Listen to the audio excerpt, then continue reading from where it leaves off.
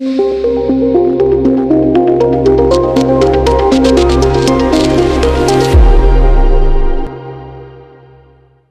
निवडणुका संपन्न झाल्या. तुम्ही खासदार डॉक्टर अमोल कोल्हे यांचं काम केलं. नारायणगावकर किती मतांनी खासदार निवडून? एक तर पहिली गोष्ट नारायणगावकर आहेत. मागच्याही पंचवार्षिकला सगळ्या गावांनी त्यांना पाठिंबा दिला, तर ह्याही पंचवार्षिकला गाव बैठक घेऊनच तो पाठिंबा दिलाय. चांगल्या पद्धतीचं बघा, नारायणगावकर ब्रँड होत असताना, नारायणगावकर नाव करत असताना किंवा नारायणगावचं नाव उंच होत असताना मग त्याच्या भूमिकेबरोबर आपण राहिला पाहिजे. हे माझं किंवा जो कोणी नारायणगावकर म्हणून सांगत असेल त्यांनी ते निश्चित स्वरूपात त्याची भूमिका ती ठेवली पाहिजे. नारायणगाव किती आघाडी राहील आणि विजय नाही, मी आघाडी किती राहील, विजय किती होईल, विजय होणार हे निश्चित आहे. मला वाटतं त्या दिवशी फटाके वाजून नारायणगाव सुद्धा चांगल्या पद्धतीने डॉक्टर अमोल कोल्हेंच्या पाठीमागे उभं राहिलं तुम्हाला मतदानातून दिसेल. नुकत्या विधानसभेच्या निवडणुका सुद्धा लवकरच संपन्न होणार आहेत. बाबू पाटे आमदारकी लढवणार आहेत? नाही, हे आमदारकीला एवढी सगळी रेस असताना नाही का. आणि बघू ना आता काय काय अजून 4 महिने 5 महिने की कदाचित याचा सर्वे उलटा निकाल वेगळा लागला तर भाजप प्रणित अजून 1 वर्ष पण नाही ना. आता त्याचे जिल्हा परिषदचे नेल्यात, ग्रामपंचायतचे नेल्यात, त्यांचा काय भरोसा नाही हो, नाही का. ते काही पण करू शकतात. त्याच्यामुळं त्याची विधानसभा जेव्हा येईल पक्ष सांगेल, शेवटी बघा पक्षाने ठरवलं तो उमेदवार असेल आणि पक्षाच्या माध्यमातून काम करायला पाहिजे, ही एवढीच भूमिका निश्चित स्वरूपात असणार आहे. तुम्हाला चांगल्या पगाराची नोकरी देतो म्हणून आपल्या जुन्नर तालुक्यातील तरुणांना बोलावलं गेलं. आज ते सगळे तरुण अडचणीमध्ये आले. तुम्ही जुन्नर तालुक्यातील तरुणांना काय आव्हान कराल? आव्हान खर तर मी तेच मागेही सांगितलं की हे महादेव मीटिंग ऍप असू द्या, क्रिप्टो असू द्या, थोडस आमिष आपल्याला कोणी दाखवलं तर त्याची मला वाटतं आपण पूर्णपणे सखोल चौकशी केली पाहिजे. आणि सखोल चौकशी करून समजा आपल्याला माहिती होत नसेल तर आपण त्या संदर्भातल्या काही लोकांकडे मागे आपल्याकडे रेल्वे भरती करतो, मिलिटरी मध्ये भरती करतो, अशा घटना आपण घडल्यात. आणि मला वाटतं या गोष्टींसाठी आपण सगळ्यांनी सखोल चौकशी करून जर काम केलं तर निश्चित स्वरूपात त्या गोष्टीपासून या सगळ्यांना परावृत्त आपल्याला करता येईल. इथून मागे अनेक वेळा हे क्रिप्टोच नाही, ते मध्ये कोणतं होतं, 5-6 वर्षापूर्वी आलं कोणतं फायनान्स होतं ते, त्यांनी पण असं असे बरेच आता पण अजूनही काही लोक अजूनही त्याच्यावर काम करतात. मला वाटतं आपल्या सगळ्यांनाच विनंती एवढीच आहे की जी माहिती त्याचं सगळे पेपर वर्क बघून किंवा हे खरंच आहे का, त्याच्या मागची भूमिका काय आहे, इथून मागे कोणाला पैसे दिलेत का, या पद्धतीचं जर काम सगळ्यांनी माहिती घेऊन केलं तर निश्चित स्वरूपात याच्यापासून आपल्याला हे थांबवता येईल. आपल्याला तुम्ही मागाशी म्हणाले की माध्यमांनी काही गोष्टी आमच्या निर्देशात आणून दिल्या पाहिजेत.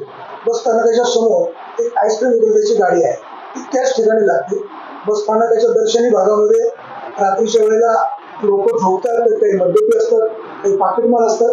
त्याचा परिणाम प्रवाशांमध्ये होतो, नारायणगावची बदनामी पण. हा, तिथं एसटी स्टँड मध्ये बरेचशी लोक हे झोपत आहेत.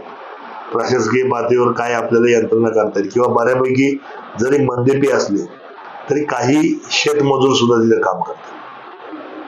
आणि शेतमजुरांना दुसरं राहायचं ठिकाण नसल्यामुळे करतात तिथं बऱ्यापैकी लोक तिथे काही मद्यपी पण असतात. नाही, समर्थन म्हणण्यापेक्षा त्याच्यावर उपाययोजना केली पाहिजे. निश्चित स्वरूपात एसटी स्टँडशी बोलून जी गाडी आहे, सर्वसामान्य लोक व्यवसाय करतात साहेब, त्याला समर्थन करायचा विषय नाही.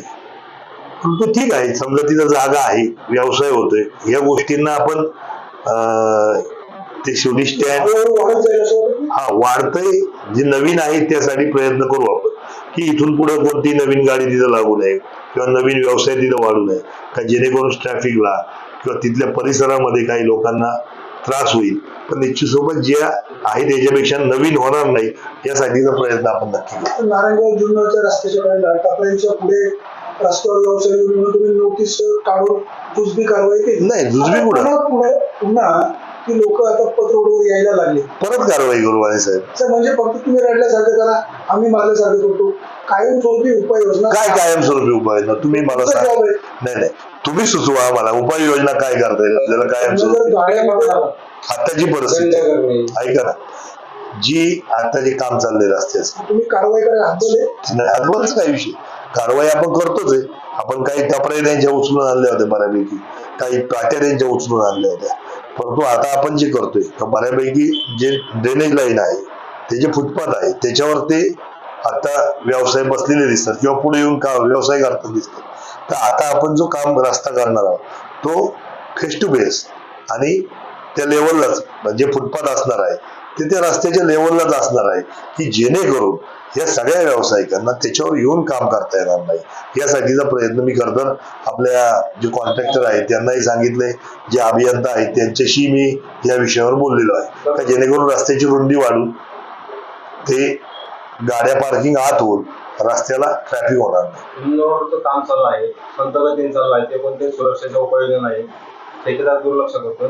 आपण काय सूचना तेच खरं तर मी अभियंत्याला आता मध्येही बोलवलं होतं. आता हे इलेक्शन होतं त्याच्यामुळे थोडस, पण आता कामाला गती यायला हरकत नाही, कारण इलेक्शन ह्या सगळ्या गोष्टी प्रशासनही त्यांच्यावरही ताण असतोय. आता मला वाटतं आपण हे कामाला निश्चित स्वरूपात पुन्हा एकदा त्यांच्याशी बोलून त्यांना लवकरात लवकर काम कसे करता येईल यासाठीच्या सूचना निश्चित स्वरूपात आपण, आपल्याला आठवत असेल का आपण स्वतः पुढाकार घेऊन गाव बैठक घेतली होती. आपण सर्वसामान्य लोकांचे प्रश्न काय काय आहेत त्या संदर्भात काही उपाययोजना आपण सूचना ठेकेदारांना किंवा अभियंत्यांना केल्या होत्या आणि त्या माध्यमातून खरं तर कामही चालू झाले. फक्त एवढीच विनंती की लवकरात लवकर काम संपवावं. हे झालं की आपल्याला परत खोडदोडचं सुद्धा काम लवकरात लवकर केलं पाहिजे. ते मला वाटतं सोप बेल्लेकर कंपनीकडे ते काम आहे. त्यांनाही मी त्या दिवशी जाऊन भेटून आलो की आपल्या माध्यमातून जितकं शक्य होईल लवकर तेवढी कामं लवकर केली पाहिजे, कारण परत पावसाळा चालू होते, रस्त्यांची नारायणगाव वाढत आहे, शहरीकरण होते, परंतु रस्ते सुद्धा चांगले व्हायला पाहिजे. यासाठीच खरं तर ठेकेदारांना सुद्धा सूचना ज्या काही करायच्या त्या केलेल्या आहेत.